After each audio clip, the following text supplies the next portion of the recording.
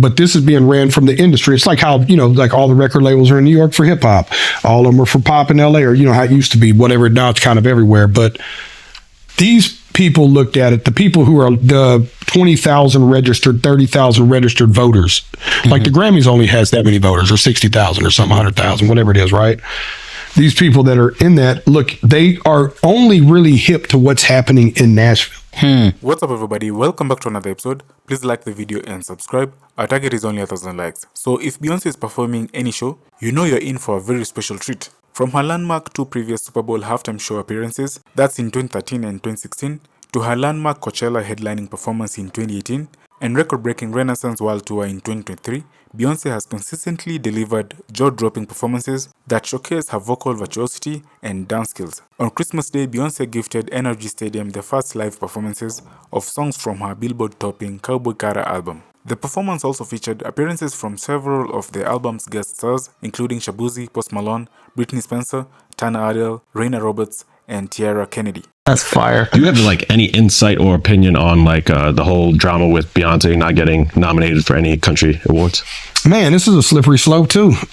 And I'll hang here with you because I'm willing to with my friends. I think that the body of art was incredible. There's no denying that. I always take all politics out of it before we even talk about those. What did the art actually say?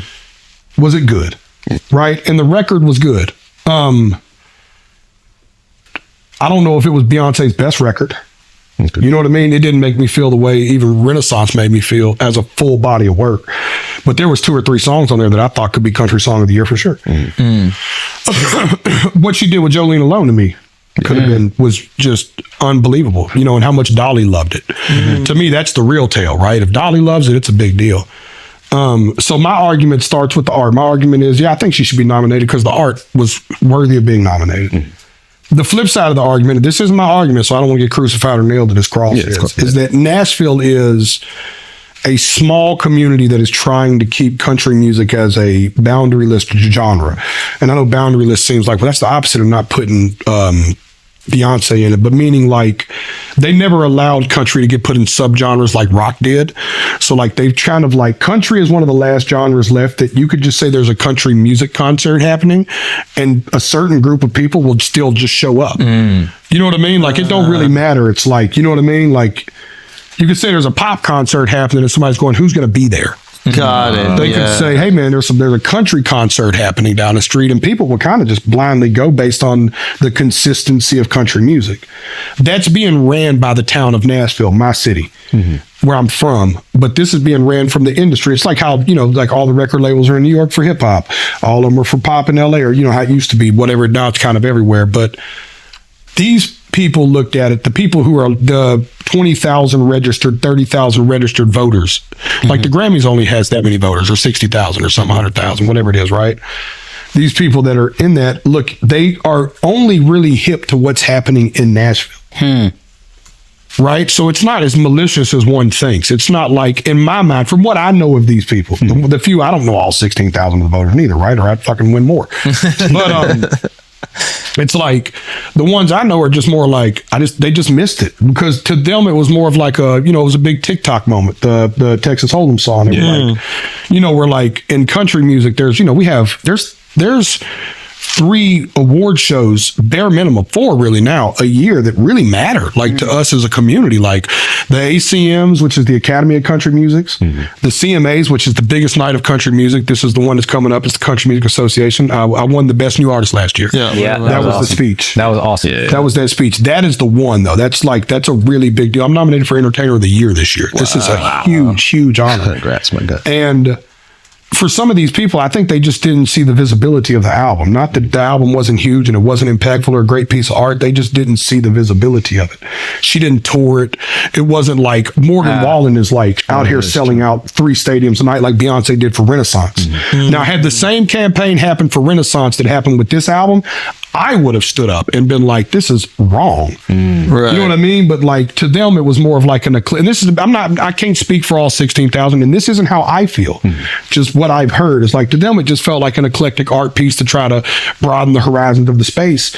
And they felt that a nod that's even bigger some people in this town feel like what's even bigger than giving her a nod was that Shabuzi broke by being on her album, and he's up for Best New Artist of the Year and looking like a winner. Yeah. And he's having a huge year at country radio and a huge year at all the country award shows, and like he's in Nashville in the community writing. But he's Nashville embedded in the culture. Yeah, he loves the culture of Nashville. Whereas Beyonce is a little bit more of an outsider. And I'm not saying I don't think that makes it right that she wasn't nominated. Yeah, I want to she's be clear about that. Is what you're saying. Thank you, Schultz. Thank you, I Schultz. get that. She's more of a colonizer. But I'm giving gentrifier, if you will. I only want to be the guy who kind of takes using the the art form. And I got you. A Kardashian. That you got it. Got it. Wow. Got it. I got it. You get what I'm saying?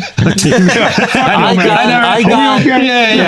got the point you're trying to make. I wouldn't say any of those things. I think she's a brilliant, talented artist. I love Lemonade, but it is. I get it. These are the tough things that you gotta work No, on. I get it because it's the same in the film world and the Academy. Nobody asked. So Just go. I'm saying it's the same. It's the same thing that applies. Like why people see like the nominations. There's 10,000 people in the Academy, and like I would guess what percentage of that's like over 60 that's just been focused on like what Hollywood gives you, what wins at some of the film festivals. So like you when have I to lost think at the Grammys who's this coming year, from the outside. Yeah, I wasn't upset when I lost at the Grammys this year because I knew that to the Grammy audience I was new.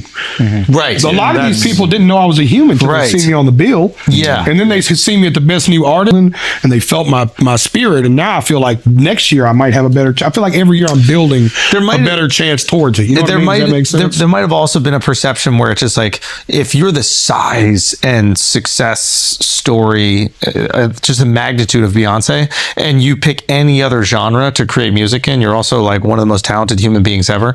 You pick any other genre, it's gonna be popular. Like if she decides to do techno, it's gonna be a number one. Like whatever genre she decides to do it. So maybe there's that feeling where it's like anybody that big that decides to do country is going to have the number one album. They have to be embedded in the culture and really invest time in the culture to be considered like one of these was it really artists. impactful, or was it just Beyonce dropping an album? Because she's at the size where she can't be avoided. Like if she decides to put out a rap album, number one. Like anything she puts out I've is said number this one. a minute then. I was on record early about this. I'm glad it stood the test of time.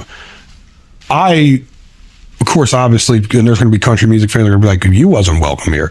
But it's like, I was so glad she was here. I welcomed her with open arms. Like, I was like... I think it's great for country. Same thing I felt about Post. Like, Yeah, you're telling me... great for country. Do you know how hard it was to get people to, like... Especially in the world of music, people would just fly right over Nashville to Memphis. Just didn't even think about it. Whether it was hip hop, blues, soul, anything, Memphis had all the culture. I mean, Nashville just frog jumped over anything that was like country music in itself, country culture. Like what Beyonce did for fucking cowboy hat sales is unheard of. What? No, listen, man, it's a true story. I went to the, there's a, right there on Sunset. I wish I could remember his name. My boy Miles was with me that night. He's a cowboy for real. He rides horses. My dude that you thought looked like the crud guy. He went to this shop and it's like an old school famous spot on Sunset that sells leather belts, leather hats, just like an old cowboy store right there on Sunset. And he went in there and the guy said, he's known the guy forever. The guy's been in the store 20, 30 years, something. He goes, how's business? He goes, better than ever. He goes, really? What's happening? He said, two things, Morgan Wallen and Beyonce. That's it. Literally, that's exactly like, and this is an old man's perspective who probably, doesn't know what's going on in the world. He just knows that a lot more motherfuckers showed up to this store in the last 12 months.